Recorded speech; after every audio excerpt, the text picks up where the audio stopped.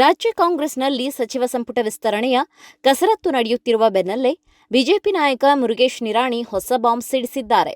ಸಚಿವ ಸಂಪುಟ ವಿಸ್ತರಣೆ ಬಳಿಕ ಕಾಂಗ್ರೆಸ್ನಲ್ಲಿ ದೊಡ್ಡ ಮಟ್ಟದ ಗೊಂದಲ ಸೃಷ್ಟಿಯಾಗಲಿದ್ದು, ಅಸಮಾಧಾನಗೊಂಡಿರುವ ಕಾಂಗ್ರೆಸ್ ನಾಯಕರ ದೊಡ್ಡ ತಂಡ ಬಿಜೆಪಿಗೆ ಸೇರ್ಪಡೆಯಾಗಲಿದೆ ಎಂದು ಅವರು ಹೇಳಿದ್ದಾರೆ. ಗದಗದಲ್ಲಿ ಮಾಧ್ಯಮಗಳೊಂದಿಗೆ ಮಾತನಾಡಿದ ಮಾಜಿ ಸಚಿವ ಹಾಗೂ ಬಿಜೆಪಿ ರಾಜ್ಯ ಉಪಾಧ್ಯಕ್ಷ ಮುರುಗೇಶ್ ನಿರಾಣಿ, ಸಚಿವ ಸಂಪುಟ ವಿಸ್ತರಣೆ ಬಳಿಕ ಏನೆಲ್ಲ ಬೆಳವಣಿಗೆಗಳು ನಡೆಯುತ್ತದೆ ಎಂಬುದನ್ನು ಕಾದು ನೋಡಿ ಎಂದು ಹೇಳಿದ್ದಾರೆ. ಕಾಂಗ್ರೆಸ್ನಲ್ಲಿ ಸುಮಾರು 60 ಮಂದಿ ಸಚಿವ ಸ್ಥಾನದ ಆಕಾಂಕ್ಷಿಗಳಿದ್ದಾರೆ. ಆದರೆ ಖಾಲಿ ಇರುವ ಸಚಿವ ಸ್ಥಾನಗಳ ಪೈಕಿ ಕೆಲವರಿಗಷ್ಟೇ ಅವಕಾಶ ಸಿಗಲಿದೆ.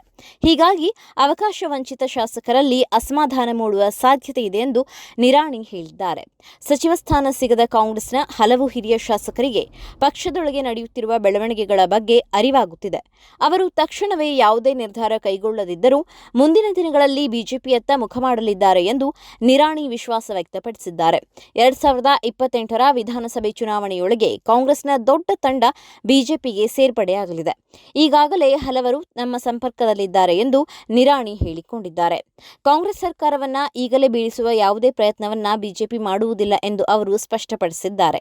2028ರವರೆಗೆ ಕಾಂಗ್ರೆಸ್ ಸರ್ಕಾರವೇ ಆಡಳಿತ ನಡೆಸಲಿ ಎಂಬುದು ನಮ್ಮ ಭಾವನೆ.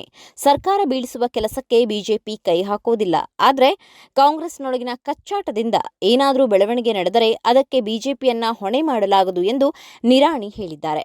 ಬಿಜೆಪಿಗೆ ಬರುವ ನಾಯಕರ ವಿಚಾರದಲ್ಲೂ ಪಕ್ಷ ಎಚ್ಚರಿಕೆಯಿಂದ ತೀರ್ಮಾನ ಕೈಗೊಳ್ಳಲಿದೆ. ಈಗಾಗಲೇ ಬಿಜೆಪಿಯಲ್ಲಿರುವ ಆಕಾಂಕ್ಷಿಗಳು ಹಾಗೂ ಅಭ್ಯರ್ಥಿಗಳಿಗೆ ಯಾವುದೇ ತೊಂದರೆ ಆಗದಂತೆ ಆಯಾ ಕ್ಷೇತ್ರಗಳ ಜನರ ವಿಶ್ವಾಸವನ್ನ ಪಡೆದು ಮುಂದಿನ ನಿರ್ಧಾರ ಕೈಗೊಳ್ಳಲಾಗುವುದು ಎಂದು ಅವರು ತಿಳಿಸಿದ್ದಾರೆ.